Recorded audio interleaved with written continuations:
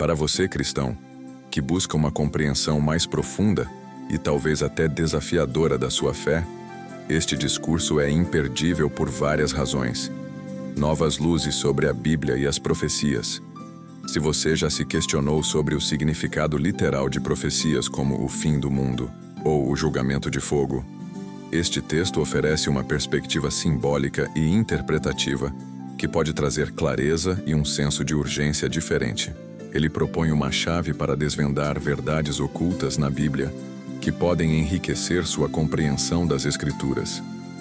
Reavaliando a missão de Jesus e a crucificação, prepare-se para uma visão provocadora sobre a morte de Jesus. O orador argumenta que a crucificação não foi o propósito original de Deus, mas um trágico assassinato resultado da falha humana. Ele desafia os cristãos a ter uma fé pronta para reconhecer o Senhor em um formato que pode divergir das expectativas tradicionais, como Elias apareceu de forma inesperada no tempo de Jesus. Um chamado urgente à ação e renovação espiritual. O discurso diagnostica uma crise no cristianismo contemporâneo, comparando-a aos erros do povo judeu no tempo de Jesus. Esta é uma oportunidade para refletir sobre a responsabilidade do homem na providência divina e a profundidade do sofrimento de Cristo, além de reconsiderar o papel de figuras como João Batista. Preparação para a segunda vinda de Cristo. Se a vinda de Jesus nas nuvens do céu é uma expectativa central da sua fé, este discurso o convida a considerar uma profecia paralela e, para muitos, inesperada. A segunda vinda como um homem na carne. É um convite vibrante para o autoexame, para transcender o egoísmo, buscar uma conexão mais direta com Deus e se engajar ativamente na construção do reino dos céus aqui na terra, através da aceitação de novas verdades e do engajamento em um movimento peregrino renovado. Entendendo o propósito último de Deus para a humanidade, o texto articula a visão de Deus de estabelecer uma família de verdadeiros pais e, a partir dela, um mundo sem pecado, um reino dos céus tangível. Para cristãos que anseiam por uma compreensão mais completa do plano divino para a humanidade e o futuro da salvação, esta mensagem oferece uma visão ambiciosa e cheia de esperança. Então vamos ao discurso. Capítulo 15. O futuro do cristianismo. 28 de outubro de 1973. Nova Orleans, Louisiana. Senhoras e senhores, muito obrigado por terem vindo esta noite. Meu tópico hoje é o futuro do cristianismo. Esta noite eu falarei sobre algumas novas revelações de Deus que são vitais para o entendimento de todos os cristãos. Eu também mencionarei com frequência o povo escolhido de Israel. Estou certo de que há muitos cristãos e judeus na plateia. Eu amo afetuosamente todos os irmãos e irmãs cristãos, e tenho alta estima pelo povo judeu. Eu imploro a vocês que entendam antes que o que irei dizer, de nenhuma forma reflete meus sentimentos pessoais. Eu estou apenas servindo como testemunha da verdade. Às vezes, testemunhar a verdade é uma tarefa dolorosa. Contudo, é uma missão que eu devo cumprir. O conteúdo de minha mensagem esta noite pode ser contrário ao seu entendimento prévio. Algumas coisas poderão ser muito inovadoras para vocês. Eu gostaria de pedir-lhes que pensem seriamente sobre o que ouvirem. A menos que eu tivesse alguma coisa nova para revelar, não viria aqui para falar para vocês. Por que eu deveria vir aqui apenas para repetir as coisas que vocês já sabem? Eu gostaria que vocês e eu utilizássemos este tempo juntos, abrindo a mente para que o Espírito de Deus possa falar aos nossos corações. Jesus ensinou em seu Sermão da Montanha: Bem-aventurados os humildes de espírito, porque deles é o reino dos céus. Bem-aventurados os mansos, porque eles herdarão a terra. Bem-aventurados os que têm fome e sede de justiça, porque eles serão fartos. Mateus 5, 3, 5, 6. Esta noite eu humildemente peço que vocês sejam humildes de espírito. Peço-lhes para se tornarem mansos, e peço-lhes para se tornarem aqueles que têm fome e sede de justiça.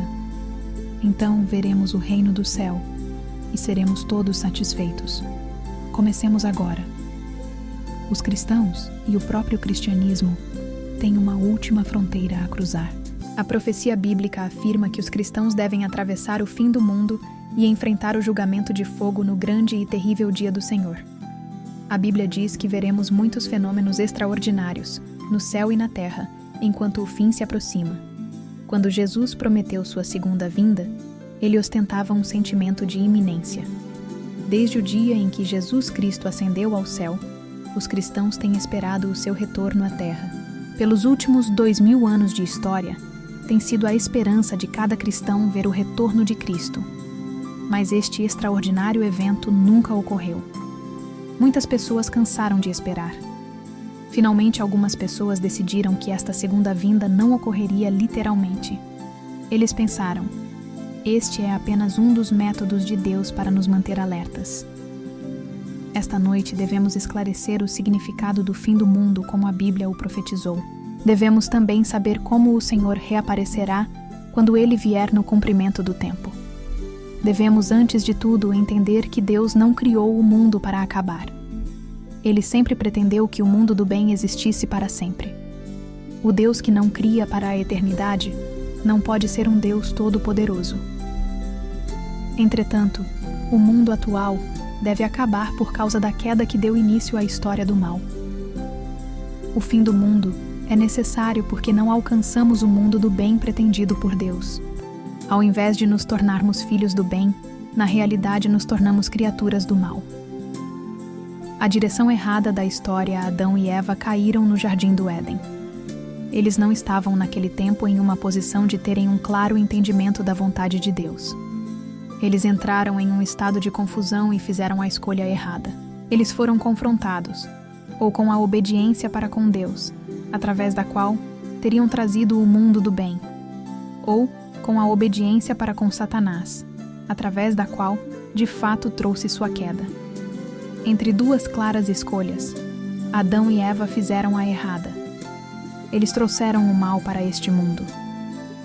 A intenção original de Deus era criar seu mundo ideal, um mundo bom e próspero, que ele determinou para durar pela eternidade. Mas o homem caiu. O mundo do bem de Deus acabou abruptamente, e a história humana iniciou na direção errada. A história da humanidade é, portanto, a história do mal. Deus semeou semente boa, e ele pretendia fazer uma boa colheita. Mas Satanás roubou sua colheita antes que ela estivesse madura e fez uma colheita do mal. A história humana é uma colheita de ervas daninhas. Então, o que significa o fim do mundo? Somente o que acabará? O mal acabará. Deus colocará um fim em todo o mal. A partir do novo início de Deus, virá uma nova oportunidade para o homem. E o bem original pretendido por Deus poderá se fazer uma realidade. No jardim do Éden, o homem caiu ao invés de desenvolver sua bondade. O homem foi subjugado por Satanás e se tornou o filho do pecado. Por isso a Bíblia diz: vós tendes por pai o diabo. João 8, 44. Se a queda do homem não tivesse ocorrido, então o verdadeiro regente seria Deus. Mas hoje, ele não é o rei deste universo, porque Satanás está sentado no trono de Deus.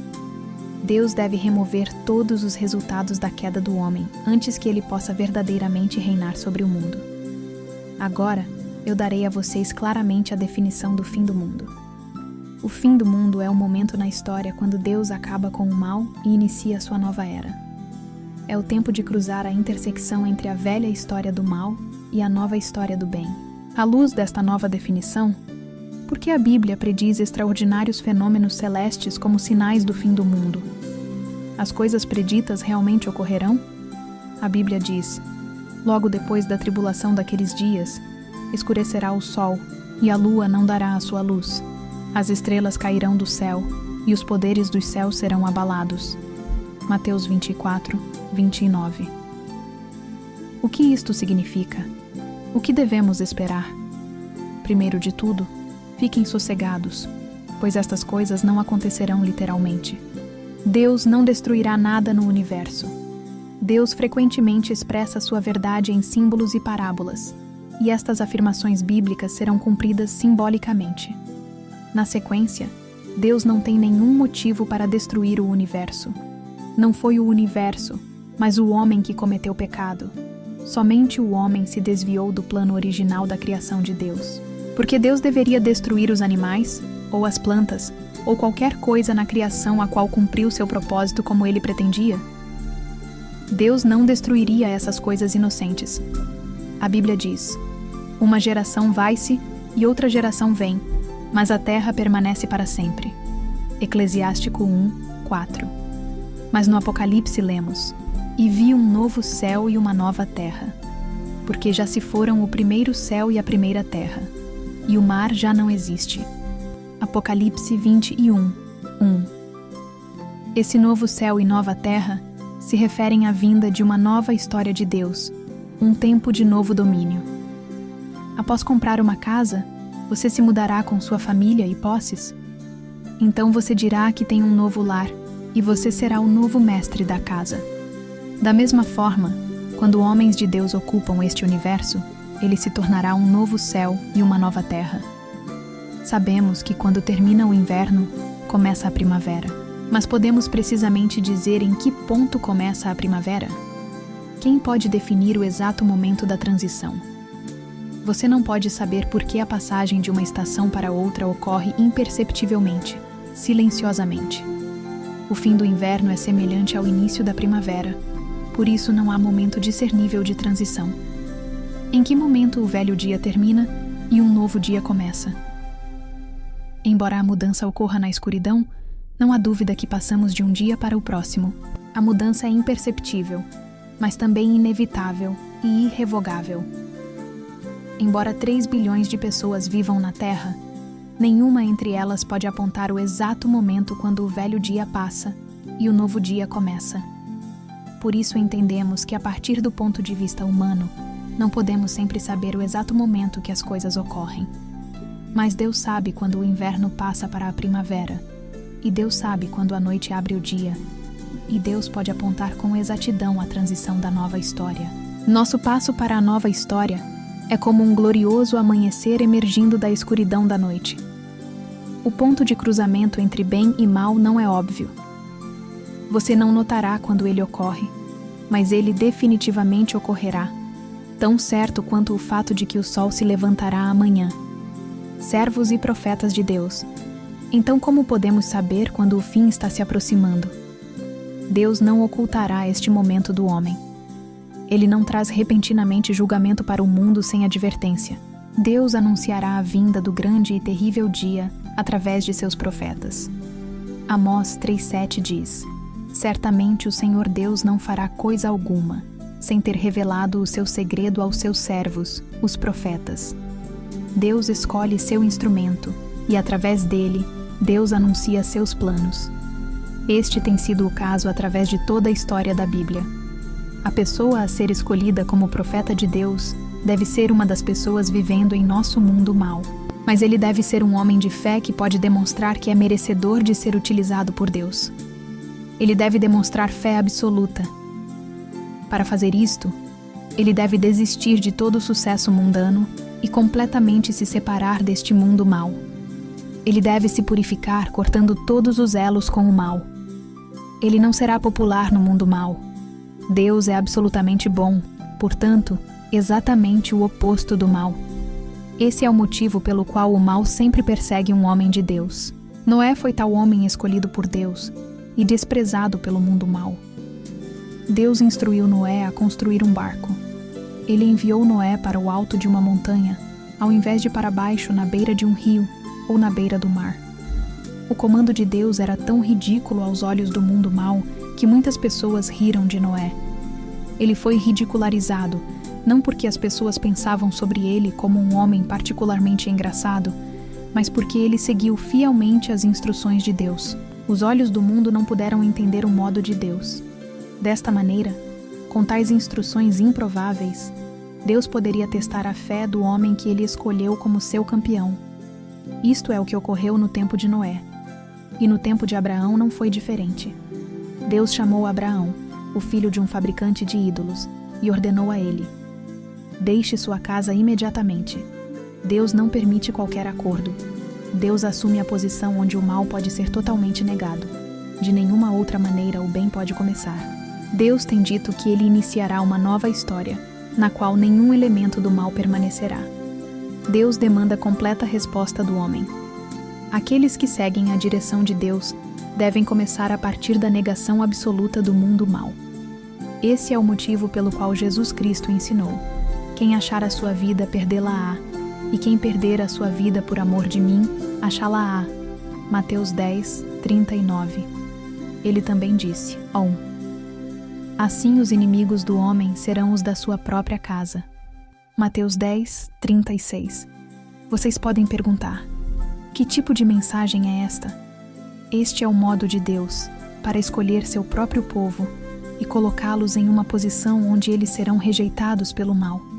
Do contrário, seu campeão não pode fazer nenhum bem para Deus. Então, a partir do ponto de vista do padrão de Deus, os cristãos modernos estão tendo um tempo muito fácil. Isto é muito estranho, porque não há caminho fácil indicado nos ensinamentos cristãos. Eu imagino quantos cristãos são realmente sérios ao seguir o caminho de Deus. A demanda de Deus é absoluta. Ela não permite nenhum modelo mediano. Então, como podemos conhecer claramente o caminho de Deus? Examinemos a história da providência de Deus. Hoje estamos antecipando o fim do mundo. Deus tem feito tentativas prévias para finalizar o mundo. Por exemplo, o tempo de Noé. Essa foi uma das intersecções da história, quando Deus queria pôr um fim no mal e começar um mundo de bondade. Noé era a figura central escolhida na providência de Deus. Para entender melhor a missão de Noé e o significado do fim do mundo, devemos conhecer mais plenamente como começou a história má. No jardim do Éden, Deus deu um mandamento para Adão e Eva. Esse mandamento era a palavra de Deus. Então Satanás se aproximou e os tentou com uma mentira. E essa mentira era a palavra do mal. Adão e Eva estavam em uma posição de escolher entre as duas palavras. A verdade estava de um lado, e uma mentira estava do outro lado. Eles escolheram a mentira, porque este foi o processo da queda do homem. No fim do mundo, Deus dará a verdade para a humanidade. As palavras de Deus virão através de seu profeta. Quando o homem aceita as palavras de Deus, ele então passará da morte para a vida, porque a verdade traz vida. O homem morreu em uma mentira, e pela verdade, ele será renascido. O julgamento das palavras. Portanto, o julgamento vem pelas palavras. Estas palavras de julgamento de Deus serão reveladas por seus profetas escolhidos. Este é o processo do fim do mundo. Aqueles que obedecem e ouvem a nova palavra da verdade terão vida. Aqueles que negam a palavra continuarão vivendo em morte. Deus escolheu Noé para anunciar a palavra. A declaração de Noé era: o dilúvio está vindo, a salvação é a arca. As pessoas poderiam ter se salvado ouvindo as palavras de Noé. Entretanto, as pessoas trataram Noé como se ele fosse um homem louco, e eles pereceram, porque eles se opuseram à palavra de Deus. De acordo com a Bíblia, somente as 8 pessoas da família direta de Noé se tornaram passageiros na arca. Apenas estas 8 pessoas acreditaram, e somente estas 8 pessoas foram salvas. Deus também disse para Noé: o fim de toda a carne é chegado perante mim, porque a terra está cheia da violência dos homens, eis que os destruirei juntamente com a terra. Gênesis 6, 13. Isto realmente ocorreu? Sabemos que as pessoas más pereceram, mas o mundo físico foi demolido no processo? Não. Esta passagem não foi cumprida literalmente, e Deus não destruiu a terra. Deus erradicou as más pessoas e destruiu a má soberania, deixando apenas as boas pessoas da família de Noé. Este foi o modo de Deus para começar a restaurar o mundo original de bondade através de Noé. Se Deus tivesse completamente consumado sua restauração nesse tempo, então nunca mais teríamos ouvido sobre o fim do mundo. Uma vez que o mundo perfeito de bondade é realizado, nenhum outro fim do mundo é necessário. Nada teria então interferido na regência eterna do perfeito reino de Deus. Mas o fato de estarmos aguardando o fim do mundo atualmente é prova de que Deus não obteve sucesso no tempo de Noé. O que ocorreu a Noé, após o dilúvio, deveria ser completamente explicado, mas eu não posso despender muito tempo nesse assunto esta noite. Para encurtar esta história, mais uma vez o pecado se alojou na família de Noé, através de seu filho, Cã. O julgamento de Deus pelo dilúvio foi assim anulado, e a má história humana continuou até o tempo de Jesus Cristo. Com a vinda de Cristo, Deus tentou novamente fazer o fim do mundo. Jesus veio para iniciar o novo reino do céu na terra. Assim, as primeiras palavras que Jesus falou eram: arrependam-se, pois o reino do céu está próximo. Realmente, o tempo do ministério de Jesus Cristo era o fim do mundo. Esse grande e terrível dia foi profetizado por Malaquias, cerca de 400 anos antes do nascimento de Jesus. Pois eis que aquele dia vem ardendo como fornalha. Todos os soberbos e todos os que cometem impiedade serão como restolho. E o dia que está para vir os abrasará, diz o Senhor dos Exércitos, de sorte que não lhes deixará nem raiz nem ramo. Malaquias 4:1. O julgamento de Jesus Cristo foi feito literalmente por fogo.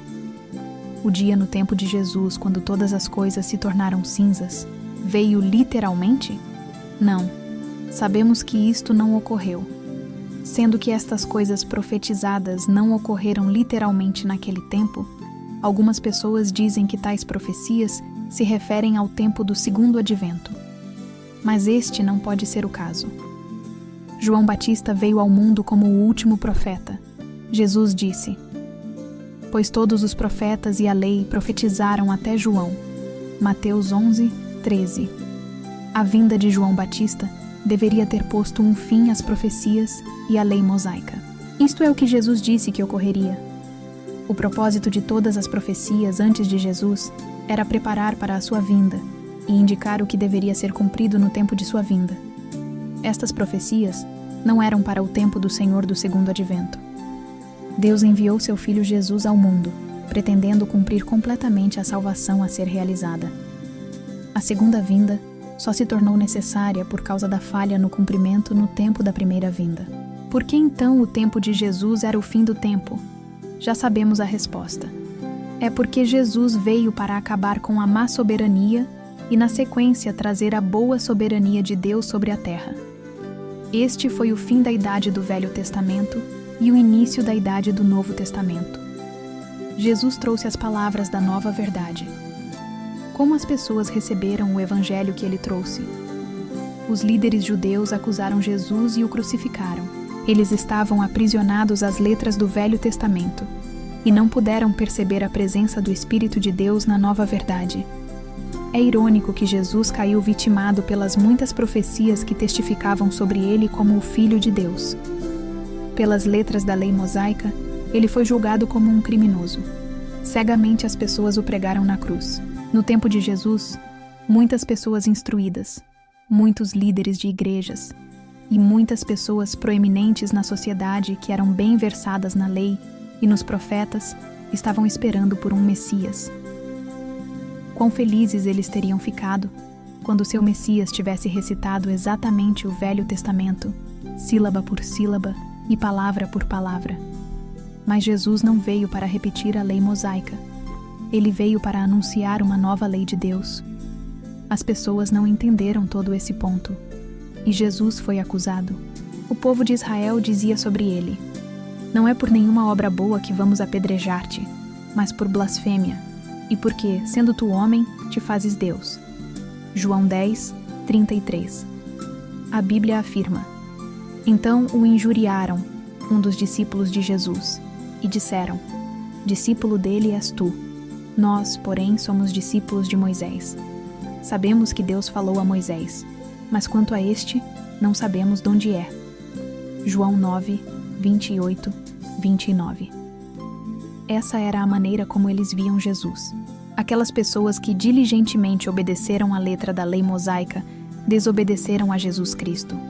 O mais devoto e fervoroso judeu foi o primeiro a ser julgado por Jesus. Agora, neste momento, eu gostaria de esclarecer o significado do julgamento por fogo. lemos no Novo Testamento. Os céus, em fogo, se dissolverão, e os elementos, ardendo, se fundirão. 2 Pedro 3:12. Como esta fantástica profecia pode se tornar realidade? Isto ocorrerá literalmente? Não. A afirmação tem um significado simbólico. Deus não destruiria sua terra, suas estrelas e toda a criação sem realizar seu ideal na terra. Se ele fizesse isso, então Deus se tornaria o Deus de fracasso. E quem seria seu conquistador? Este seria Satanás. Isto nunca pode acontecer com Deus. Até mesmo em nosso nível humano, uma vez que nos determinamos a fazer algo, focamos em sua conclusão. Quanto mais Deus Todo-Poderoso na realização de sua vontade. Quando Deus fala de julgamento por fogo na Bíblia, ele não quer dizer que trará julgamento por chamas. O significado disto é simbólico. Agora consideremos outra passagem bíblica que fala de fogo. Jesus afirmou: "Vim lançar fogo à terra, e que mais quero, se já está aceso?" Lucas 12:49. Jesus não lançou fogo literal? É claro que não. O fogo na Bíblia é simbólico. Ele representa a palavra de Deus.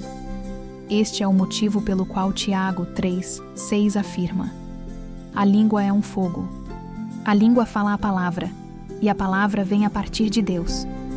O próprio Jesus disse: "Quem me rejeita e não recebe as minhas palavras, já tem quem o julgue. A palavra que tenho pregado, essa o julgará no último dia." João 12:48.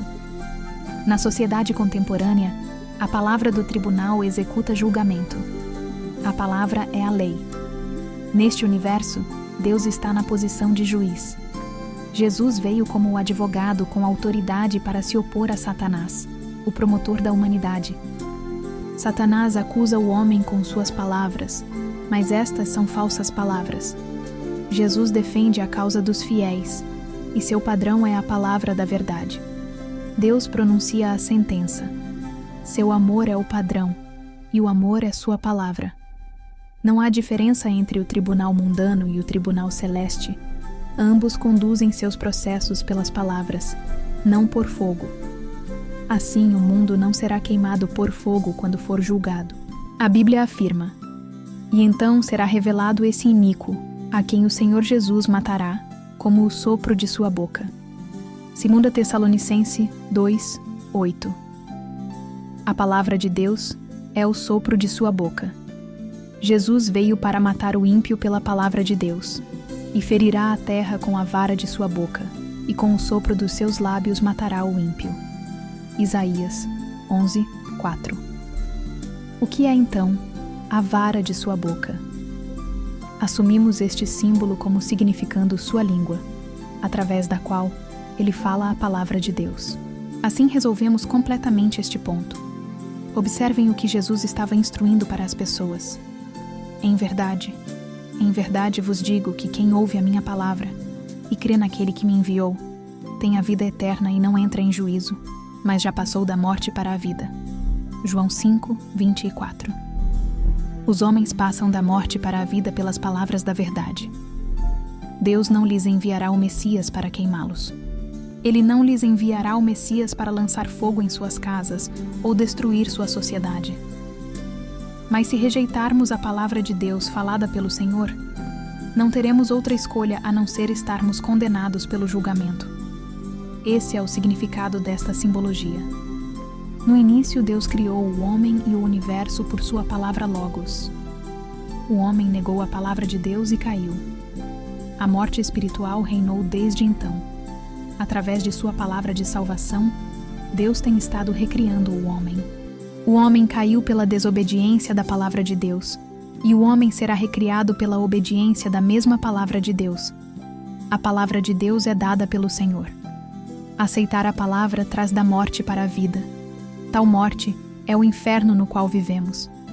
Assim, a palavra de Deus é o juízo, e trará sobre você um efeito mais profundo do que as mais ardentes chamas de fogo. Se Israel tivesse aceitado Jesus neste momento, podemos examinar outro ponto importante. O que teria ocorrido se o povo de Israel tivesse de todo o coração aceitado Jesus Cristo? Imaginem a nação de Israel unida com Jesus. O que isto teria significado? Primeiro de tudo, Jesus não teria sido assassinado. O povo teria glorificado Jesus como o Senhor vivo. Eles teriam então marchado para Roma com o Cristo vivo como o chefe em comando, e Roma teria se rendido ao Filho de Deus em seu próprio tempo de vida. Mas na triste realidade da história, levou 4 séculos para um punhado de discípulos de Jesus conquistar Roma. Jesus nunca conquistou o povo escolhido de Israel, e nunca obteve o apoio necessário deles. Ele veio para erigir o reino de Deus na terra, mas ao invés, ele teve que advertir seus discípulos para manterem sua identidade em segredo, porque o povo não aceitava sua legitimidade como o Messias, e, portanto, faltou-lhe o poder para ser o Rei dos Reis. Hoje temos muito para aprender, e não devemos acreditar cegamente. Devemos conhecer a verdade oculta por trás da Bíblia. Jesus foi crucificado, não por sua própria vontade, mas pela vontade dos outros. A rejeição pelo povo escolhido de Israel assassinou Jesus Cristo. Exatamente agora estou fazendo uma declaração corajosa. Jesus não veio para morrer. Jesus Cristo foi assassinado. Deixe-me repetir. Jesus Cristo foi assassinado, e seu próprio povo o assassinou, embora o governador romano Pilatos quisesse libertar Jesus. Ele não encontrou qualquer falta em Jesus. Mas o próprio povo de Cristo o rejeitou e forçou Pilatos a libertar Barrabás. Que pena! Que tragédia! Estas novidades podem estar chocando e espantando vocês, mas se estão apenas surpresos, então eu falhei em meu propósito. Estou revelando estas coisas por causa de minha tarefa de testemunhar a verdade. Foram o povo escolhido de Israel, os chefes dos sacerdotes, os anciões, os escribas e os fiéis, que gritaram no tribunal de Pilatos: "Crucifica-o", São Paulo disse, a qual nenhum dos príncipes deste mundo compreendeu, porque se a tivessem compreendido, não teriam crucificado o Senhor da Glória. 1 Coríntios 2, 8. O povo que viveu no tempo de Jesus cometeu um terrível erro. Mas vocês acham que eles eram mais ignorantes ou menos cientes do que somos hoje? Não, não mesmo. Eles conheciam o Velho Testamento palavra por palavra e tinham memorizado a lei mosaica. Baseado em seu entendimento, Jesus não possuía as qualificações para ser o Messias. O povo judeu estava em uma posição muito difícil. Se eles quisessem acreditar na lei e nos profetas, teriam que abandonar a lei de Moisés como a entendiam. 4.000 anos de tradição estavam baseados no Velho Testamento. Era muito, muito difícil para o povo apenas despertarem certa manhã e lançarem fora a lei e aceitarem totalmente Jesus Cristo como o Filho de Deus, porque o povo tinha seus olhos voltados apenas para a letra da lei. O espírito da lei simplesmente passou desapercebido. Vamos observar o Velho Testamento e examinar a profecia de Malaquias. Então, eis que eu vos enviarei o profeta Elias, antes que venha o grande e terrível dia do Senhor. E ele converterá o coração dos pais aos filhos, e o coração dos filhos a seus pais. Malaquias 4, 5, 6. O povo de Israel conhecia claramente a promessa de Deus. Eles a sabiam de cor. E eles esperavam a vinda de Elias antes que o Messias aparecesse. Quando o Messias veio, eles naturalmente perguntaram: onde está Elias? Elias foi um profeta que executou obras milagrosas, cerca de 900 anos antes de Cristo. E está escrito que ele ascendeu ao céu em uma carruagem de fogo. Sendo que Elias ascendeu ao céu, ele era esperado retornando do céu. Tal milagre ocorreu antes da vinda de Jesus? O povo ouviu qualquer notícia sobre a chegada de Elias? Não, eles não ouviram. Mas o que eles ouviram um dia foi a voz de Jesus Cristo declarando: Eu sou o Filho de Deus, o Filho unigênito de Deus. E Jesus não falou timidamente, mas com autoridade e poder. Tal homem não poderia ser ignorado. A questão de Elias. Isto se apresentou como um grande dilema para o povo de Israel. Eles imediatamente perguntaram: se este Jesus é o Messias, então onde estava Elias? Eles ansiosamente esperavam o Messias nesse tempo. Assim eles estavam também esperando por Elias. Eles acreditavam que ele viria direto do céu e o Messias viria logo após, de maneira semelhante. Por isso, quando Jesus se proclamou como o Filho de Deus, o povo judeu ficou confuso. Se não havia vindo nenhum Elias, então não poderia haver nenhum Messias. E ninguém havia dito a eles que Elias havia chegado. Os discípulos de Jesus também estavam confusos. Quando eles foram pregar o Evangelho, o povo persistentemente negava que Jesus poderia ser o Filho de Deus, porque os discípulos eram incapazes de provar que Elias havia chegado. Eles se confrontavam com este problema em todo lugar que iam. Os discípulos de Jesus não eram instruídos no Velho Testamento. Muitas pessoas instruídas os reprovavam quando saíam para pregar, perguntando: "Vocês não conhecem o Velho Testamento? Vocês não conhecem a lei mosaica?" Os discípulos ficavam envergonhados quando eram atacados com os versículos da lei e dos profetas. Um dia eles voltaram para Jesus e fizeram a seguinte pergunta para ele: "Panu, por que dizem então os escribas que é necessário que Elias venha primeiro?" Respondeu ele: "Na verdade, Elias havia de vir e restaurar todas as coisas. Digo-vos, porém, que Elias já veio e não o reconheceram, mas fizeram-lhe tudo o que quiseram. Assim também o Filho do Homem há de padecer às mãos deles." Então entenderam os discípulos que lhes falava a respeito de João, o Batista. Mateus 17, 10, 13. De acordo com Jesus, João Batista era Elias. Esta era a verdade. Devemos determinar a verdade de acordo com as palavras de Jesus Cristo. Mas os discípulos de Jesus não puderam convencer os anciões, os chefes dos sacerdotes e os escribas sobre este fato. Para esses homens, a ideia era simplesmente ridícula. A única autoridade que apoiou tal noção foi a palavra de Jesus de Nazaré. Esse é o motivo pelo qual o testemunho de João Batista era tão crucial. O próprio João negou que era Elias quando foi questionado. Sua negação fez Jesus parecer como um mentiroso. Lendo a Bíblia, encontramos: "E este foi o testemunho de João, quando os judeus enviaram sacerdotes e levitas para perguntar a ele: 'Quem és tu?' E eles perguntaram a ele: 'Então quem és? És tu Elias?' Ele disse: 'Não sou.' 'És tu o profeta?' Ele respondeu: 'Não.'" João 1, 19, 20 e 1.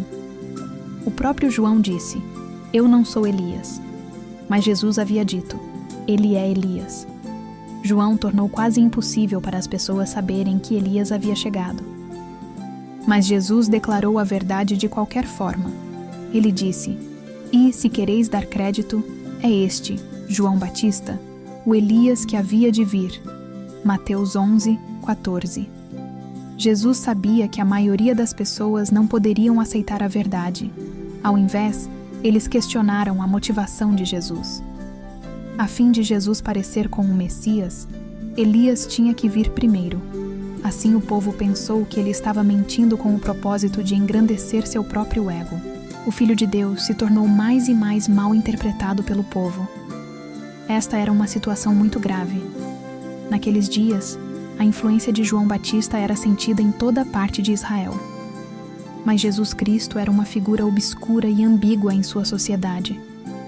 Ninguém estava na posição de tomar as palavras de Jesus como a verdade. Esta falha foi a principal causa da crucifixão de Jesus. João já havia visto o Espírito de Deus descendo sobre a cabeça de Jesus Cristo no Jordão. Naquele momento ele testificou: "Vi o Espírito descer do céu como pomba e repousar sobre ele. Eu não o conhecia, mas o que me enviou a batizar em água, esse me disse: Aquele sobre quem vires descer o Espírito, e sobre ele permanecer, esse é o que batiza no Espírito Santo. Eu mesmo vi, e já vos dei testemunho de que este é o Filho de Deus." João 1, 32, 34. Rumores sobre Jesus. Sim, João Batista testemunhou, e ele fez o trabalho que Deus pretendia que ele fizesse naquele momento. Mas após isso, dúvidas vieram, e finalmente ele sucumbiu aos muitos rumores que circulavam sobre Jesus. Um dos rumores chamava Jesus de bastardo, um filho ilegítimo. João Batista certamente ouviu esse rumor, e ele imaginou como tal pessoa poderia ser o Filho de Deus. Embora ele tivesse testemunhado Jesus, mais tarde João teve suspeitas e finalmente o traiu. Se João Batista tivesse verdadeiramente se unido com Jesus Cristo, ele poderia ter movido as pessoas a aceitarem Jesus como o Messias, pois o poder e influência de João era muito grande naqueles dias. Estou lhes dizendo muitas coisas incomuns, e vocês podem perguntar com que autoridade estou falando. É com a autoridade da Bíblia e com a autoridade da revelação. Vamos ler a Bíblia juntos e observemos palavra por palavra como João Batista agiu. Ora, quando João no cárcere ouviu falar das obras do Cristo, mandou pelos seus discípulos perguntar-lhe: És tu aquele que havia de vir, ou havemos de esperar outro? Mateus 11, 2, 3. Isto foi logo depois que ele havia testificado Jesus como o Filho de Deus.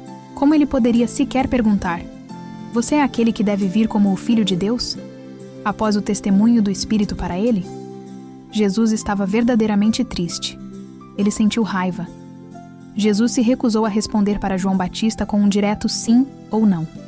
Ao invés, ele respondeu: Bem-aventurado é aquele que não se escandalizar de mim. Permitam-me parafrasear o que Jesus quis dizer. João, sinto muito que você se ofendeu comigo. Uma vez você me reconheceu, mas agora você duvida de mim. Sinto muito que sua fé tenha se mostrado tão fraca. Após este incidente, Jesus falou para as multidões sobre João. Ele colocou uma questão retórica para eles. Que saístes a ver no deserto? Um caniço agitado pelo vento? Mas que saístes a ver? Um homem trajado de vestes luxuosas? Eis que aqueles que trajam vestes luxuosas estão nas casas dos reis. Mas por que saístes? Para ver um profeta?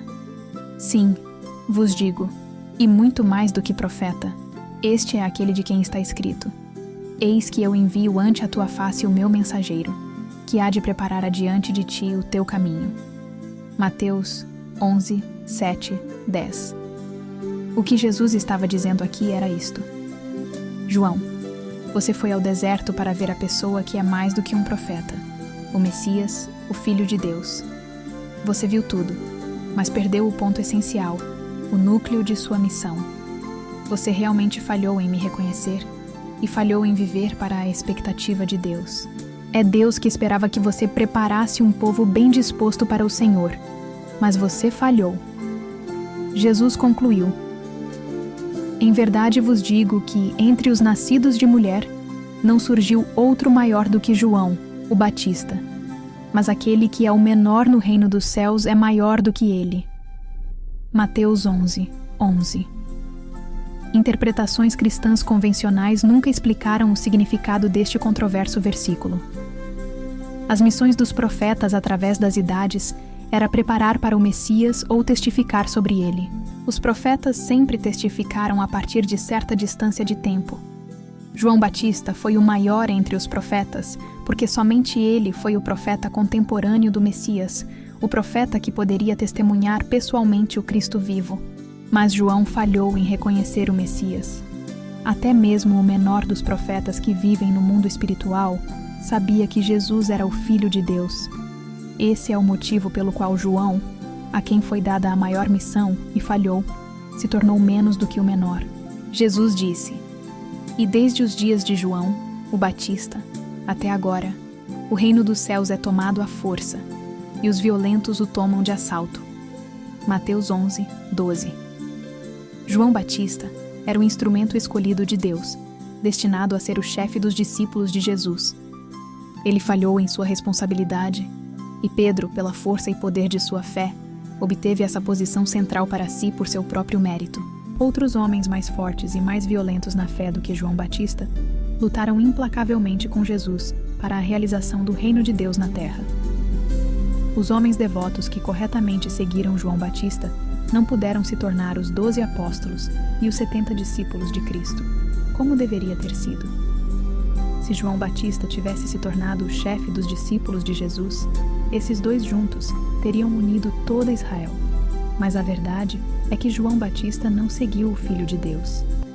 Um dia, os seguidores de João vieram até ele e perguntaram: Rabi, Aquele que estava contigo além do Jordão, do qual tens dado testemunho, eis que está batizando, e todos vão ter com ele. João 3, 26. Eles revelaram preocupação em sua pergunta. Olha todo o povo indo até Jesus. E quanto a você? João Batista respondeu: é necessário que ele cresça e que eu diminua.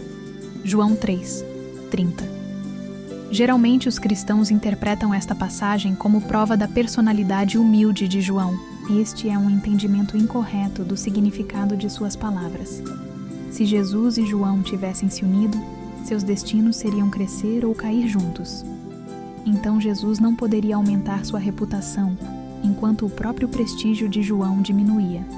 A diminuição de seu próprio papel era o que João temia.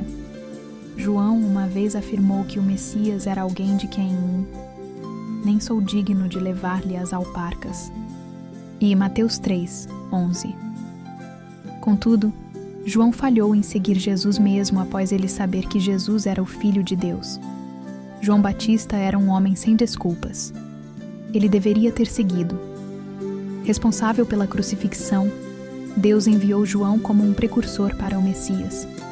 Sua missão estava claramente definida, a fim de preparar para o Senhor um povo bem disposto. Lucas 1, 17.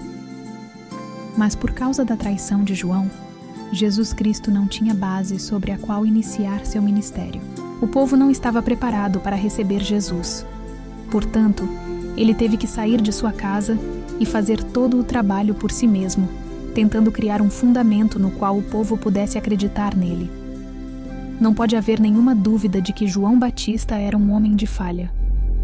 Ele foi diretamente responsável pela crucifixão de Jesus Cristo. Vocês podem novamente querer me perguntar: com que autoridade você diz estas coisas? Eu falei com Jesus Cristo no mundo espiritual, e eu também falei com João Batista. Esta é minha autoridade. Se vocês não podem neste momento determinar se minhas palavras são verdade, vocês seguramente descobrirão se elas são verdade com o passar do tempo. Estas são verdades ocultas apresentadas para vocês como novas revelações. Vocês devem me ouvir falar a partir da Bíblia. Se vocês acreditam na Bíblia, devem acreditar no que estou dizendo. Portanto, devemos chegar a esta solene conclusão. A crucifixão de Jesus foi um resultado da rejeição do povo judeu. A principal causa de sua rejeição foi a traição de João. Assim, devemos aprender que Jesus não veio para morrer na cruz. Se Jesus tivesse vindo para morrer, então ele não teria oferecido esta trágica e angustiada oração no jardim do Getsêmani. Jesus disse aos seus discípulos: a minha alma está triste até a morte. Ficai aqui e vigiai comigo. E adiantando-se um pouco, prostrou-se com o rosto em terra e orou, dizendo: meu Pai, se é possível, passa de mim este cálice. Todavia, não seja como eu quero, mas como tu queres. Mateus 26, 38, 39. Jesus não orou desta maneira uma única vez, mas 3 vezes. Se morrer na cruz tivesse sido a realização da vontade de Deus, Jesus certamente teria orado de outra maneira. Pai, estou honrado em morrer na cruz por sua vontade. Mas Jesus orou pedindo que este cálice passasse dele. Se sua oração veio de seu medo da morte, tal fraqueza o desqualificaria como o Filho de Deus. Testemunhamos a morte corajosa de muitos mártires por toda a história cristã, que não apenas superaram seus medos da morte, mas também fizeram de seus sacrifícios finais uma grande vitória. De todos os mártires, como Jesus poderia ser o único a demonstrar seu medo e fraqueza, particularmente se sua crucifixão era o glorioso momento de sua realização da vontade de Deus? Jesus não orou desta forma por causa de fraqueza. Acreditar em tal coisa é uma afronta para com Jesus Cristo. A oração de Jesus no jardim do Getsêmani não veio de seu medo da morte ou do sofrimento. Jesus estava disposto e pronto para morrer mais de 1000 vezes, se isso tivesse alcançado a vontade de Deus. Ele agonizou até o momento da morte. E ele fez uma oração final para Deus, porque ele sabia que sua morte somente causaria o prolongamento da providência de Deus. Um trágico mal-entendido, Jesus queria viver e realizar sua missão. É um trágico mal-entendido acreditar que Jesus orou por um pouco mais de vida terrena, a despeito da integridade de sua alma humana. O jovem Nathan Hale, na luta pela independência americana, foi capaz de dizer no momento de sua execução: "Eu lamento não ter mais uma vida para dar por meu país." Vocês acham que Jesus Cristo era uma alma menor do que Nathan Hale? Não. Nathan Hale foi um grande patriota. Mas Jesus Cristo é o Filho de Deus. Reflitam sobre isto. Se Jesus veio para morrer na cruz, ele não precisaria de um homem para entregá-lo? Vocês sabem que Judas Iscariote é o discípulo que traiu Jesus. Se Jesus realizou a vontade de Deus com sua morte na cruz, então Judas deve ser glorificado como o homem que tornou possível a crucifixão. Judas teria ajudado a providência de Deus. Mas Jesus disse sobre Judas: "Em verdade, o Filho do Homem vai, conforme está escrito a seu respeito. Mas ai daquele por quem o Filho do Homem é traído. Bom seria para esse homem se não houvesse nascido." Mateus 26, 24. Judas se matou. Além disso, se Deus quisesse que seu filho fosse crucificado, ele não precisava de 4.000 anos para preparar o povo escolhido. Ele teria feito melhor enviando Jesus para uma tribo de bárbaros, onde ele teria sido assassinado muito mais rápido, e a vontade de Deus teria sido realizada mais rapidamente. Eu devo lhes dizer novamente que era a vontade de Deus que Jesus Cristo fosse aceito por seu povo. Esse é o motivo pelo qual Deus trabalhou com esperança e com angústia, para preparar um solo fértil para a semente celeste do Messias. Esse é o motivo pelo qual Deus enviou profeta após profeta, para despertar o povo de Israel, para prepará-los para o Senhor. Deus os advertiu e os castigou. Ele os persuadiu e os repreendeu. Os empurrou e os puniu porque ele queria que seu povo aceitasse seu filho. Um dia, os discípulos perguntaram a Jesus: "Que havemos de fazer para praticarmos as obras de Deus?" Jesus lhes respondeu: "A obra de Deus é esta, que creiais naquele que ele enviou." João 6, 28, 29. O povo escolhido de Israel fez exatamente aquilo que Deus havia trabalhado para prevenir. Eles rejeitaram aquele que ele havia enviado. Jesus tinha um propósito através dos 3 anos de seu ministério público: aceitação. Do contrário, ele não poderia realizar sua missão. Desde o primeiro dia, ele pregou o Evangelho sem hesitação. E assim as pessoas poderiam ouvir a verdade e o aceitar como o Filho de Deus. A palavra de Deus devia ter sido conduzida para eles o aceitarem. Entretanto, quando Jesus viu que provavelmente o povo não o receberia apenas pelas palavras de Deus, ele começou a executar obras poderosas. Ele esperava que o povo pudesse reconhecê-lo através de seus milagres. Jesus, na verdade, operou na presença de seus discípulos ainda muitos outros sinais que não estão escritos neste livro. Estes, porém, estão escritos para que creiais que Jesus é o Cristo, o Filho de Deus, e para que, crendo, tenhais vida em seu nome. Diná. João 20, 30, 31. Jesus deu visão ao cego e limpou os leprosos. Ele curou o coxo e abençoou o surdo com audição. Jesus levantou o morto. Ele fez estas coisas somente porque ele queria ser aceito. Contudo, o povo dizia dele: "Este não expulsa os demônios senão por Beelzebu, príncipe dos demônios." Mateus 12, 24. Que situação triste. Jesus logo se viu sem esperança em obter a aceitação do povo. Em ira e desespero ele os condenou. Raça de víboras. Mateus 12, 34. Ele não escondeu sua ira, mas explodiu em raiva. Ai de ti, Corazim! Ai de ti, Betsaida! Porque se em Tiro e em Sidom se tivessem operado os milagres que em vós se operaram, há muito elas se teriam arrependido em cilício e em cinza. Mateus 11, 21. E ele lamentou quando chegou perto da cidade de Jerusalém. Jerusalém, Jerusalém, que matas os profetas, apedrejas os que a ti são enviados. Quantas vezes quis eu ajuntar os teus filhos, como a galinha ajunta os seus pintos debaixo das asas, e não o quiseste. Mateus 23, 37. Nenhuma esperança de evitar a morte. Quem ao menos entendeu o coração sofredor de Jesus? Ele disse: ao menos neste dia, o que te poderia trazer a paz. Mas agora isso está encoberto aos teus olhos. Lucas 19, 42. Nesse momento, Jesus sabia que não havia absolutamente nenhuma esperança de evitar a morte. Contudo, ele orou para Deus no Getsêmani, e ele orou para Deus na cruz. Deus meu, por que me desamparaste? Mateus 27, 46. Assim, Jesus morreu na cruz, não por sua própria vontade, não pela vontade de Deus, mas pela vontade dos homens. Cristo estava destinado a retornar a partir desse momento em diante. Ele retornará para consumar sua missão na Terra. A humanidade deve esperar sua segunda vinda para a completa salvação do mundo. Muitas pessoas poderiam perguntar agora: e quanto às profecias no Velho Testamento referentes à morte de Jesus na cruz? Estou ciente destas profecias, tais como Isaías, capítulo 53. Devemos saber que há duas linhas de profecias na Bíblia. Um grupo profetiza a rejeição e morte de Jesus. As outras, tais como Isaías, capítulos 9, 11 e 60, profetizam o ministério glorioso de Jesus quando o povo o aceitaria como o Filho de Deus, como o Rei dos Reis.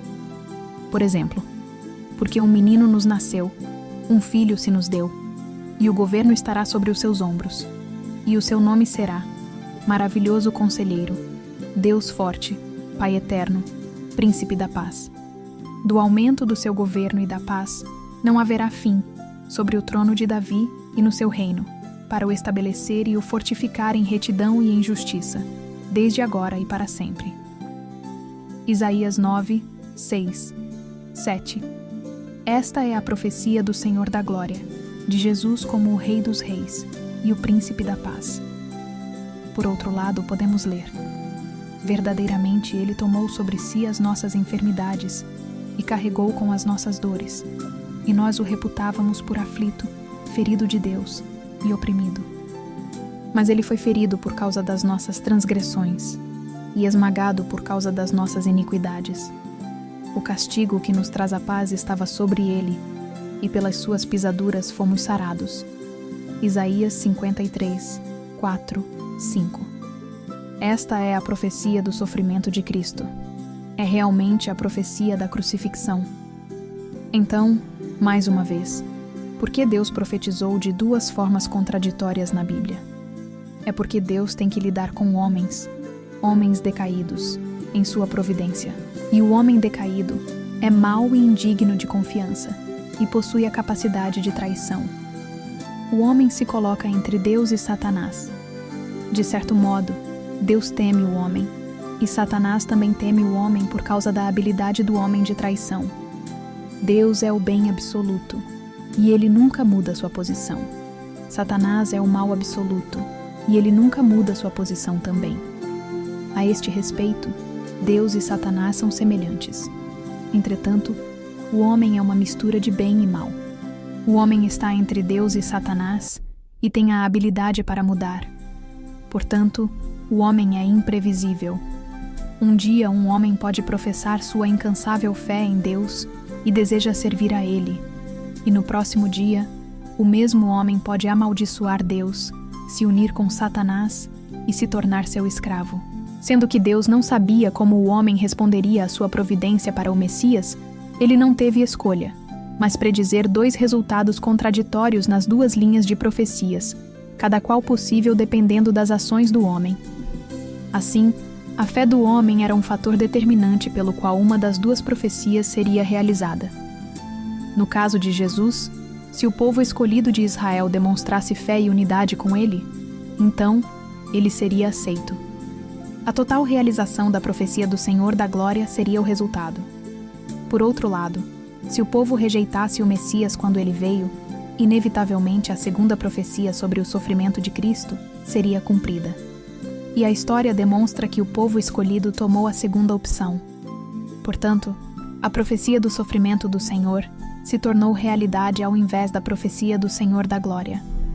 Assim, a crucifixão e a história do sofrimento de Cristo se tornaram o curso da história. Sendo que a profecia do sofrimento de Cristo se tornou fato no tempo de Jesus, a profecia do Senhor da Glória foi deixada irrealizada. E esta é a profecia que será cumprida no tempo do Senhor do segundo advento. Gostaria também de observar que a Bíblia não fornece muitos registros da vida de Jesus antes de seu ministério público, exceto pela história de seu nascimento e uns poucos relatos de sua infância. Vocês imaginam por quê? Porque Jesus viveu 30 anos em grande rejeição e humilhação. Houve muitos eventos e circunstâncias que afligiram e agonizaram Jesus. Ele foi verdadeiramente uma pessoa mal compreendida, em sua própria sociedade e mesmo entre sua própria família. Ninguém, absolutamente ninguém, o tratou como o Filho de Deus. Ele não teve nem mesmo direito ao respeito comum devido a qualquer homem. Sua sociedade o ridicularizou. O coração de Deus estava muito profundamente afligido pela vida de Jesus. Se eu revelasse apenas um rápido olhar de algumas situações da tristeza e pesar na vida de Jesus, essa figura obscura, o homem de Nazaré, vocês não apenas estariam chocados e atordoados, mas começariam a derramar lágrimas de tristeza. Deus não queria que a humanidade conhecesse a tragédia, a triste realidade da humilhação de Jesus Cristo. A morte de Jesus não foi devido à sua vontade ou devido à sua falha. A morte de Jesus foi assassinato e seu corpo foi tomado por Satanás. Nossa salvação no cristianismo não vem a partir da cruz, mas a partir da ressurreição. Sem a ressurreição, o cristianismo não teria nenhum poder. A crucifixão em si mesma foi um ato criminoso de descrença. Entretanto, o Jesus ressuscitado trouxe nova esperança, novo perdão e um novo poder de salvação. Portanto, quando colocamos nossa fé em Jesus Cristo ressuscitado e nos unimos com Ele, nossa salvação vem. Por favor, peçam em suas orações por uma resposta definitiva sobre estes assuntos. Perguntem para Jesus Cristo ou para o próprio Deus. Se Jesus tivesse vivido e cumprido sua missão primária de trazer o reino de Deus na Terra, o cristianismo nunca teria sido o que é hoje. O propósito da vinda de Jesus era para a salvação do mundo. O povo judeu devia ser um instrumento de Deus. Entretanto, a salvação não era pretendida apenas para o povo escolhido de Deus. Para toda alma sobre a face da terra, Jesus é o Salvador. Ele é o Salvador de toda a humanidade. Sendo que Jesus deixou sua missão incompleta, Ele também nos deixou a promessa de sua segunda vinda. Então, examinemos quando o fim do mundo virá. Isto é muito importante para nós. O Evangelho diz que nos últimos dias, Deus separará as ovelhas das cabras. Qual é a diferença entre estes dois tipos de animais? A ovelha reconhece seu mestre, o pastor, enquanto as cabras não seguem um pastor. Hoje vocês sabem que nosso mundo está dividido em dois campos opostos. Um é o mundo democrático, o outro é o mundo comunista.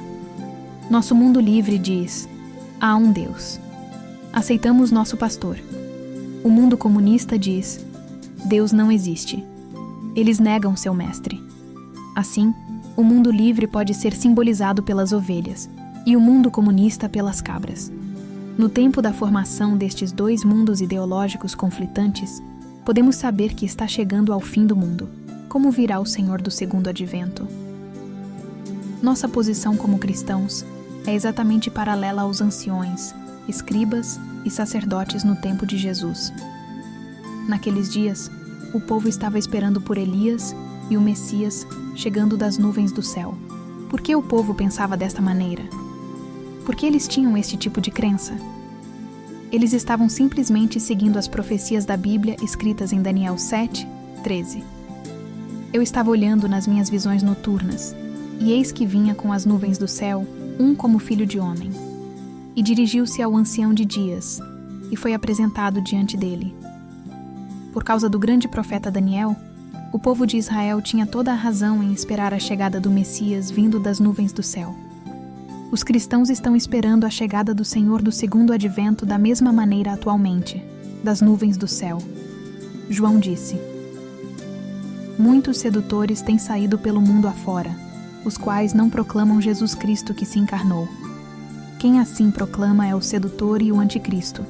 2 João 7. A Bíblia diz que muitas pessoas estão negando que a aparição de Jesus Cristo foi na carne. E João condenou essas pessoas como anticristos. Mas não esqueçamos as profecias do Velho Testamento da vinda do Filho de Deus nas nuvens do céu. A menos que conheçamos toda a verdade, nós, como as pessoas no tempo de Jesus, nos tornaremos vítimas das palavras da Bíblia. Então, posso perguntar o que vocês fariam se o Senhor retornasse para a terra, não nas nuvens, mas como um homem na carne? O que vocês fariam? Eu estou lhes dizendo: o Senhor do segundo advento de fato aparecerá como um filho de Deus com carne e ossos. A primeira coisa que vocês podem querer me dizer é: Reverendo Moon, você é um herege. Como Deus olha para o mundo, é importante saber em qual lado Deus estará e como Deus cumprirá seus planos. Não é importante se um homem ou suas visões são considerados heréticos ou não. Não importa como eu olho para o mundo, ou como vocês olham para o mundo. Importa somente como Deus olha para o mundo. E na visão de Deus, novamente encontramos na Bíblia uma profecia dual, referente à vinda do Senhor do segundo advento. Apocalipse 1, 7. Definidamente profetiza a chegada do Senhor do segundo advento com as nuvens. Entretanto, 1 Tessalonicenses 5, 2 afirma: Porque vós mesmos sabeis perfeitamente que o dia do Senhor virá como vem o ladrão de noite. Há então duas profecias divergentes. O que devemos fazer? Vocês simplesmente escolheriam a profecia que é mais conveniente para vocês? Talvez o Senhor apareça com um forte ruído nas nuvens do céu, porque a profecia diz isso. Mas, por outro lado, o Senhor poderia aparecer como um ladrão de noite. Se ele vem nas nuvens, seguramente não poderá passar despercebido no mundo, sem ser visto como um ladrão. Tremenda atenção cercaria o espetáculo de sua vinda nas nuvens. Eu não posso imaginar como tal coisa poderia estar oculta de seus olhos. Então, apenas o que é a verdade? Temos uma questão crucial diante de nós. O que é a verdade? Quando vocês virem os sinais dos últimos dias, a Bíblia sugere que vá para um quarto escuro e ore. Quem pode lhes dizer o momento dos últimos dias? Os anjos não conhecem esse dia. Jesus disse que nem mesmo o Filho do Homem saberia quando esse dia chega. Somente Deus sabe o momento dos últimos dias. Esse é o motivo pelo qual necessitamos da resposta de Deus. Eu não estou dizendo que vocês não devem acreditar em mim. Eu estou apenas revelando o que eu sei ser a verdade. Mas vocês devem verificar esta verdade com Deus. Nos últimos dias, a Bíblia diz: Não acredite em ninguém. Não acredite em mim. E não acredite nos anciões de sua igreja. Não acredite em seus ministros. E não acredite em evangelistas famosos. O céu está tão próximo, e você pode ser erguido pelo Espírito tão alto, que pode falar com Deus e receber a resposta diretamente dele, se estiver ansioso o suficiente. Há muitos ministros em Nova Orleans, muitos clérigos e muitos anciões das igrejas. Quantos deles estão realmente ouvindo a voz de Deus? Estas nossas orelhas não significam muito, nem estes olhos servem para algum propósito útil, a menos que tenhamos ouvidos e olhos espirituais. Jesus disse: Quem tem ouvidos, ouça. Mateus 11:15. E ele disse para seus discípulos: Mas bem-aventurados os vossos olhos, porque veem, e os vossos ouvidos, porque ouvem. Mateus 13:16. Ele não estava se referindo aos órgãos dos sentidos físicos. Quando você utiliza seus sentidos espirituais e ouve a palavra de Deus, encontrará sua direção e orientação. Mas não é fácil se tornar um cidadão do reino do céu. É muito difícil para um estrangeiro se tornar um cidadão dos Estados Unidos. Quanto mais difícil é nos retirarmos de nossa vida terrena e nos transferirmos para o reino do céu. Mas podemos alcançar isto. Sabemos que mesmo após Adão e Eva terem caído no Jardim do Éden, eles ainda eram capazes de se comunicar diretamente com Deus. Vocês acham que após os dias do Velho e do Novo Testamento, por alguma razão Deus se tornou surdo e mudo? Não. Deus está muito mais vivo e hoje podemos falar diretamente com Ele. Deus pode falar com você e você pode ter uma conversa direta com Ele. O livro de Atos dos Apóstolos diz que nos últimos dias, os vossos filhos e as vossas filhas profetizarão, os vossos mancebos terão visões, os vossos anciãos terão sonhos. Atos 2, 17. Devemos conhecer a verdade. Devemos saber como solicitar a cidadania do reino do céu. Devemos saber quando o Senhor virá e como Ele chegará.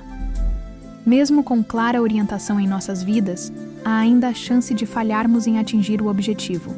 Mas hoje as pessoas não têm orientação e nenhum sentimento de direção que as pessoas possam seguir confiantes. Olhemos para a nossa Bíblia e esclareçamos como o Senhor do segundo advento aparecerá. Em Lucas 17, 20, 21, Jesus foi interrogado pelos fariseus sobre quando viria o reino de Deus. Ele respondeu: o reino de Deus não vem com aparência exterior. O reino de Deus está dentro de vós. Jesus então disse aos seus discípulos: dias virão em que desejareis ver um dos dias do Filho do Homem, e não o vereis. Mas se o Senhor vem nas nuvens do céu, como todos poderiam não o ver? Apocalipse 1, 7 diz: e todo olho o verá, até mesmo aqueles que o traspassaram.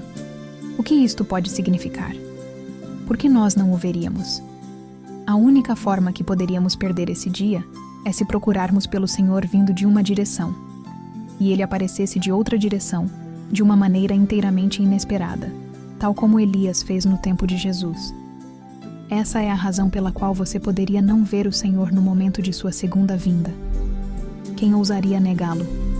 Outras predições misteriosas foram dadas pelo próprio Jesus Cristo. Ele declarou sobre a segunda vinda do Senhor. Mas primeiro, é necessário que ele padeça muitas coisas e que seja rejeitado por esta geração. Lucas 17, 25. Se Cristo em sua segunda vinda aparece em glória nas nuvens do céu, quem ousaria negá-lo? Ninguém causaria a ele sofrimento e dor. A única forma desta profecia poder ser cumprida é se as pessoas esperarem seu retorno das nuvens e ele repentinamente aparecer como um homem humilde na carne. Vocês não acham que os líderes cristãos de hoje cometeriam o mesmo erro que os sacerdotes, escribas e anciões cometeram no tempo de Jesus? Sim, eles poderiam muito bem o negar e o rejeitar, porque a maneira de sua vinda seria muito difícil para os líderes cristãos aceitarem. Entretanto, desta forma a Bíblia será cumprida. Ele primeiro sofrerá e será rejeitado por esta geração. Jesus uma vez fez a mais importante pergunta: contudo, quando vier o Filho do Homem, porventura achará fé na terra? Lucas 18, 8. Como esta questão se refere a nós hoje, quando a fé cristã cobre a face da terra? É porque, embora hoje tenhamos fé, ela pode ser uma fé equivocada. Uma crença que espera que o Senhor deve vir nas nuvens do céu. Há poucos homens na terra com o tipo de fé pronta para aceitar o Filho do Homem, mesmo aparecendo na carne. Se esta não fosse a situação, a Bíblia não seria cumprida. Por favor, notem que Jesus não disse que não haveria fiéis, mas ele disse que não haveria fé.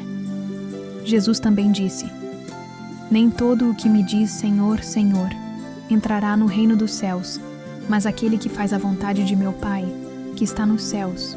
Muitos me dirão naquele dia: Senhor, Senhor, não profetizamos nós em teu nome?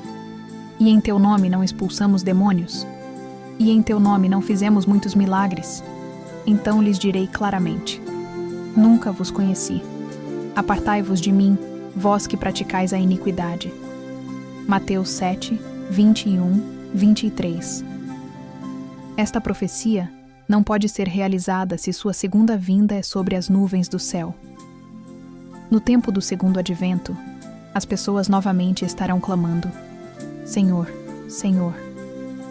Ao mesmo tempo, elas podem estar no processo de tentar crucificar o próprio Senhor do segundo advento, se ele aparece de uma maneira diferente de suas próprias expectativas. Eles, então, serão os piores praticantes da iniquidade. Esta é a Bíblia. Aqueles que verdadeiramente têm olhos, verão. Aqueles que verdadeiramente têm ouvidos, ouvirão. Por toda a história, Deus tem enviado seus profetas antes do tempo do cumprimento. Ele avisa o povo sobre seus planos. Não importa quão devota a fé cristã de hoje possa ser. Não importa quantos milhões de pessoas estão nas igrejas cristãs. Elas e suas igrejas e seu mundo estarão sentenciados a declinarem uma vez que falhem em aceitar o Senhor, quando Ele aparecer. Esta foi a trágica realidade do povo de Israel, quando eles negaram Jesus Cristo, em detrimento de sua retidão. Por isso devemos também estar abertos para uma nova mensagem. Jesus Cristo não veio para repetir a lei mosaica. Tal como o próprio Jesus se revelou com a nova verdade, o Senhor do segundo advento se revelará com a nova verdade de Deus para o nosso tempo. Essa verdade não será simplesmente uma repetição do Novo Testamento. O Senhor não aparecerá milagrosamente nas nuvens do céu. Por quê? Porque Deus está enviando seu Filho para restaurar as coisas que uma vez foram perdidas. Os primeiros antepassados perderam o reino de Deus na terra. Satanás invadiu o mundo e tomou Eva para seu lado. E então Eva tomou Adão também, deixando Deus sozinho e separado das pessoas. Por isso, todas as pessoas sofreram sob a escravidão do mal. Deus deve enviar um novo antepassado para a humanidade, para iniciar uma nova história. Adão deve restaurar uma nova Eva. A obra de Deus é restauração, sempre em direção oposta daquela de sua perda original. Isto significa que Deus necessita primeiro encontrar seu Adão perfeito, o Adão que, ao invés de trair Deus, se torna uma unidade com Deus. E então, Adão deve restaurar sua noiva na posição de Eva. Adão perfeito e Eva perfeita, unidos como casal, serão capazes de superar Satanás e o expelir do mundo. Desta forma, os primeiros antepassados corretos da humanidade iniciarão uma nova história. O primeiro início de Deus foi o Alfa. Este foi invadido pelo mal. Assim ele restaurará o mundo no Ômega. Jesus é citado como o último Adão, em Icor 15:45. Deus queria abençoar Adão e Eva em matrimônio quando eles fossem perfeitos. Como um casal celeste, eles poderiam gerar filhos de Deus. Esta vida não foi realizada no Jardim do Éden. Esse é o motivo pelo qual Jesus veio na posição de Adão. Deus pretendia encontrar a verdadeira noiva e casar Jesus. Os verdadeiros pais da humanidade teriam iniciado no tempo de Jesus, e eles poderiam ter superado e mudado a má história do mundo. Sendo que essa esperança não foi realizada por Jesus, após 2.000 anos ele está retornando para a Terra como um homem, para completar plenamente a missão que estava parcialmente realizada. Então, o reino do céu na Terra será estabelecido nesse tempo. Assim a nova história de bondade iniciará. Com a verdade de Deus e os verdadeiros pais da humanidade, um novo alfa na história de Deus começará e continuará pela eternidade. O ideal de Deus é restaurar a primeira família centrada em Deus na Terra. Com este único modelo como um centro, todo o restante da humanidade pode ser adotado nesta família. Seremos como eles, e a primeira família celeste será expandida, multiplicando-se em tribos, nações e o reino mundial de Deus na Terra. O reino do céu deve ser literal e tangível. Jesus deu a Pedro as chaves do reino do céu e disse: "O que ligares, pois, na terra será ligado nos céus, e o que desligares na terra será desligado nos céus." Mateus 16:19. Assim, realização na terra deve preceder a realização no céu. O reino do céu deverá ser primeiro atingido na terra. Neste momento, somente um lugar intermediário no mundo espiritual está aberto. Este é chamado paraíso. Jesus e seus discípulos residem no paraíso, e mesmo eles não podem realmente entrar no reino do céu até que este seja estabelecido na terra. Uma razão para isto é porque o reino do céu é preparado não para indivíduos, mas para a família de Deus, para o Pai, a Mãe e os verdadeiros filhos de Deus. Senhoras e senhores, eu acredito que minha mensagem está absolutamente clara e simples.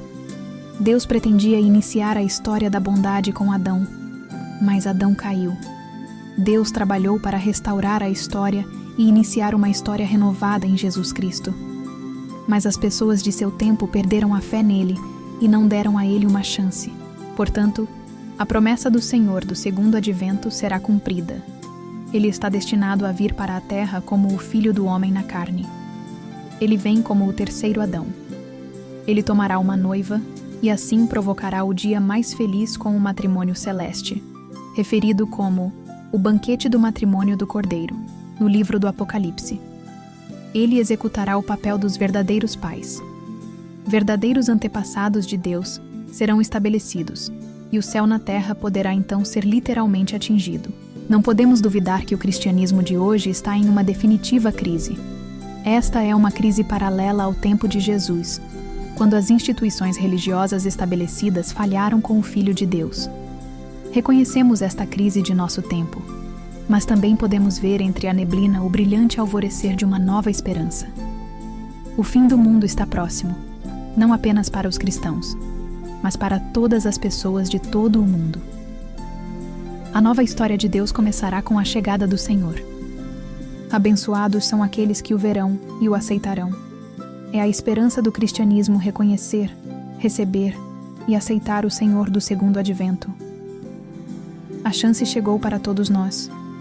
A maior oportunidade na vida de qualquer homem está agora batendo em nossas portas. Por favor, sejam humildes e estejam abertos para a grande nova esperança. Este é o momento sem precedentes para um despertar espiritual. Eu quero que vocês abram seus olhos e ouvidos para perceber a verdade. Esta é minha esperança, de que compartilhando esta mensagem com vocês, possamos nos unir para nos prepararmos para o glorioso dia da chegada do Senhor.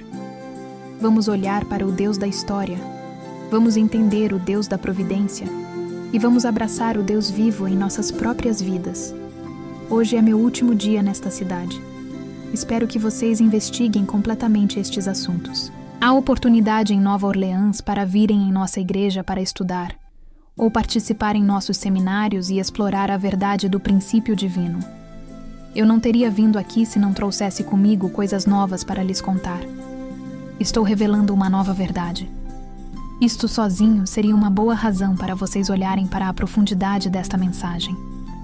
Eu espero que, como eu disse no início de nossa reunião, vocês considerem seriamente estas ideias e orem para Deus.